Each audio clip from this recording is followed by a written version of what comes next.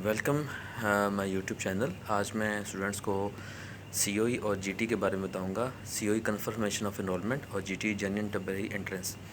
ये वीडियो है, आपने पूरी वीडियो देखनी जिसमें तमाम चीज़ें बताई गई हैं और फिर आपको हर पॉइंट क्लियर हो जाएगा। शायद स्टार्ट में वीडियो में आप थोड़ी सी देख के बंद कर दें तो आपको पॉइंट्स क्लियर ना हो।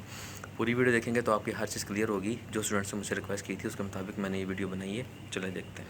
स्टूडेंट्स ये कह रहे थे सर हमें ये बताएं यूनिवर्सिटी के बारे में कि इनकी वीज़ा रेशो क्या है, सक्सेस रेशो क्या है। उसके अलावा हम ये बताएं कि यूनिवर्सिटी का जीटी और सीओई के बारे में क्या इनका सीन है। तो घबराने की कोई ज़रूरत नहीं है। ये यूनिवर्सिटी को जब आपने कोई कंसल्टेंट के थ्रू डॉक्यूमेंट्स भेजते हैं तो सबसे पहले वो क्या करते हैं, वो आपके जितने भी डॉक्यूमेंट्स हैं उसको चेक करते हैं, फेक ना हो। डॉक्यूमेंट्स आप अपनी सारी जमा करवाएं। जब आप डॉक्यूमेंट जमा करवाते हैं फिर आपको क्या होता है कि आपको एक्सेप्टेंस आ जाती है, जी ठीक है जी हम बच्चों को एडमिशन देते हैं।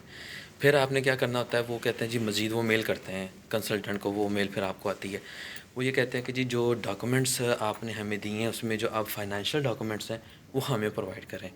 फाइनेंशियल डॉक्यूमेंट्स के अंदर जो जो आपने मतलब मंथली इनकम वो आपने शो करवाई, वो अगर फादर की सैलरी है वो अगर आप जॉब करें, आपने अपना एक्सपीरियंस शो किया वो। उसके अलावा चार्टेड अकाउंटेंट मतलब जो आपने फाइनेंशियल रेंट पे जो प्रॉपर्टी शो की थी, और उसके अलावा आपने जितनी भी सैलरी वगैरह या पेंशन फादर की आपने दी, जमा करवाई, तो वो कहते हैं चार्टेड अकाउंट से इसकी क्लियरेंस होनी चाहिए। नहीं, वो कहता है चार्टेड अकाउंट से इसकी क्लियरेंस होनी चाहिए। चार्टेड अकाउंटेंट जो जिसने सीए किया हुआ है, पाकिस्तान के अंदर तो सीए बोलते हैं, इंडिया नेपाल में आई थिंक उसको क्या बोलते हैं, लेकिन उनसे उनका एक लेटर होता है। जो जो आपने डॉक्यूमेंट्स सीक्यू यूनिवर्सिटी को भेजनी है वही डॉक्यूमेंट्स आप उसको भेजेंगे। वो क्या करेगा या करेगी जिसका वो मतलब वो चार्टेड अकाउंट का वो अकाउंट नंबर बना हुआ है, वो एक लेटर पे तमाम चीज़ें जो आपने फाइनेंशियल जमा करवाई हैं, जिसमें आपकी प्रॉपर्टी है, जिसमें आपका है रेंट, जो आपने एग्रीमेंट दिखाए हैं वो हो गया।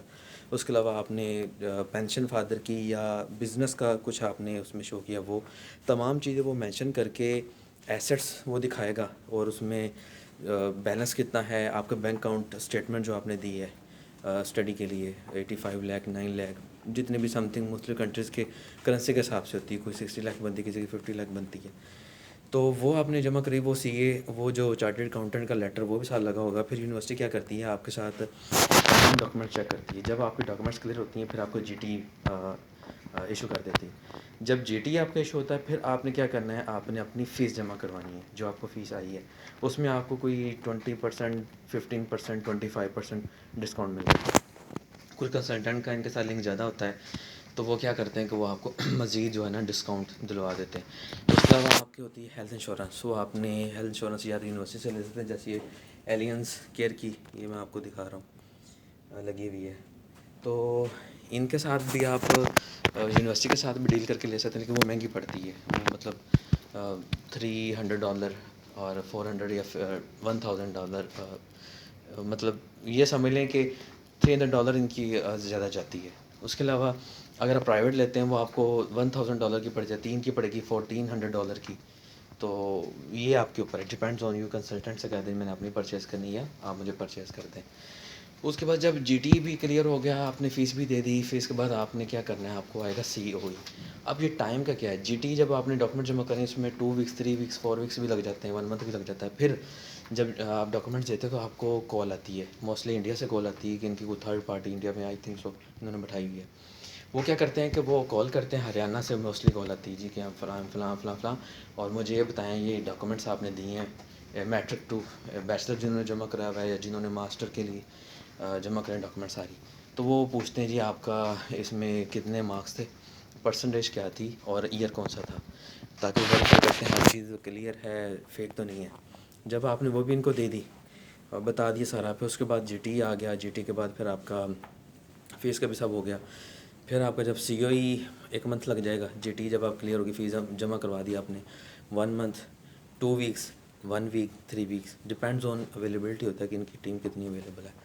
वो क्या करते हैं फिर आपको सीओ इशू कर देते हैं। जब आपका सीओ इशू हो गया फिर आपने वीज़ा अप्लाई करना है। वीज़ा आपको पता है कितना टाइम लगता है, वो कभी तो 2 मंथ लग जाते थे, कभी 2 वीक्स, कभी 1 वीक। जल्दी वीज़े भी आए, 3-3 दिन के अंदर वीज़े आए हैं। तो इसमें घबराने की कोई ज़रूरत नहीं होती। सीक्यू यूनिवर्सिटी में एक जो सबसे अहम चीज़ है, स्टूडेंट्स घबरा जाते हैं। वो कहते हैं जी ये इनकी डॉक्यूमेंटेशन बहुत ज़्यादा है। फ़ायदा ये है जब इनकी डॉक्यूमेंटेशन बहुत ज़्यादा है ना, उसका मतलब ये हुआ कि आपको वीज़ा ऑफिसर तंग नहीं करेगा। इनकी वीज़ा रेशो 90% 95% अच्छी जा रही है मेरी जो ऑब्ज़र्वेशन के मुताबिक। तो ये जितने डॉक्यूमेंट्स पे आपको तंग कर रहे हैं ना, उसका मतलब ये हुआ कि आपको ये लोग क्लियर कर देंगे। तो वीज़ा ऑफिसर जब आपके डॉक्यूमेंट चेक करेगा, वो इतना आपको मतलब इंटरव्यू, मोस्टली इंटरव्यू भी नहीं हुए, कुछ स्टूडेंट्स के तो इंटरव्यू हुए ही नहीं यूनिवर्सिटी, इसी की यूनिवर्सिटी के अंदर के। तो कुछ के इंटरव्यू भी हुए जिनके डॉक्यूमेंट्स को उनको लगा है कि उसमें कुछ गड़बड़ है, तो उन्होंने इंटरव्यू करके उसको क्लियर किया। तो मेरा आपको ये मानना है कि ये घबराने की कोई ज़रूरत नहीं है। ये डॉक्यूमेंटेशन के ऊपर बहुत स्ट्रिक्ट होते हैं। ये हर चीज़ पूछेंगे, आपने हर चीज़ को क्लियर बतानी है। जब आपका इंटरव्यू होता है, पहला जो इंटरव्यू होता है ना, जब आप डॉक्यूमेंट जमा कराते हैं, कि आपका ज़ूम इंटरव्यू भी होता है। कुछ स्टूडेंट्स का हुआ, कुछ का नहीं हुआ। ज़ूम इंटरव्यू में क्या होता है जी, आपको कहते हैं जी हम इतने बजे, मतलब सपोज़ 10 बजे, दिन के 10 बजे आपको हम कॉल करेंगे और आपने ज़ूम पे, ये हमारा लिंक है, आपने उसके साथ अटैच हो जाना है। तो स्काइप पे भी इंटरव्यू हो सकता है, ज़ूम पे भी इंटरव्यू हो सकता है, मोस्टली ज़ूम पे भी इंटरव्यू करते हैं। जब आपका ज़ूम पे इंटरव्यू होगा, तो आपने जो टाइम बताया गया एग्जैक्ट उसी टाइम पे आपको कॉल आएगी। और अगर वो लेट करते हैं तो आपको मेल कर देंगे जी आज इंटरव्यू होगा, कल इंटरव्यू होगा। लेकिन मोस्टली जो इन्होंने टाइम दिया था उसी पे आपका इंटरव्यू होता है। वो जब इंटरव्यू करते हैं वो खुद सामने नहीं आते, लेकिन आपको कहते हैं वीडियो ऑन करें, अपना आईडी, प्रूफ आईडी दिखाएं, अपना पासपोर्ट दिखाएं।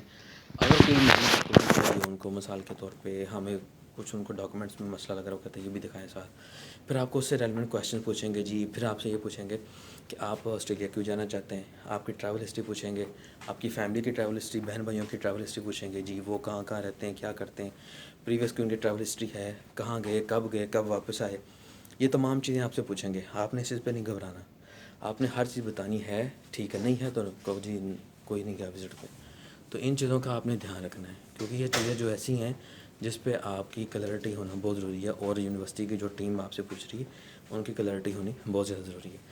इस इंटरव्यू में सिर्फ आपका बैकग्राउंड, आपकी फैमिली का बैकग्राउंड, ये चीज़ें पूछी जाती हैं, और स्टडी के बारे में कुछ थोड़ा बहुत पूछा जाता है। तो आप इंटरव्यू दें, नो इशू। अपने डॉक्यूमेंट जमा करवाएं, अपना प्रोसेस करवाएं। सिख यूनिवर्सिटी का मेलबर्न सस्ता है एज़ कम्पेयर टू सिडनी। तो जिनके रिलेटिव हैं सिडनी में, वो वहाँ चले जाएँ। जिनके बाकी कैंपसेस भी हैं वहाँ आप जा सकते हैं। तो आप आएँ, स्टडी करें। आप, ये आपको वेलकम कहते हैं, और बहुत ज़्यादा एंटरटेन भी अच्छा करते हैं। और कोई भी क्वेश्चन हो तो आप मुझे इस वीडियो के कमेंट्स में पूछ सकते हैं, तो मैं आपसे शेयर करूँगा इंशाल्लाह। बाकी मेरे चैनल को लाइक और सब्सक्राइब करें, ताकि मज़ीद कोई इंफॉर्मेटिव वीडियोस इस यूनिवर्सिटी से रिलेवेंट हो, कुछ और हो, तो मैं आपको शेयर करता रहूँगा। Thank you so much.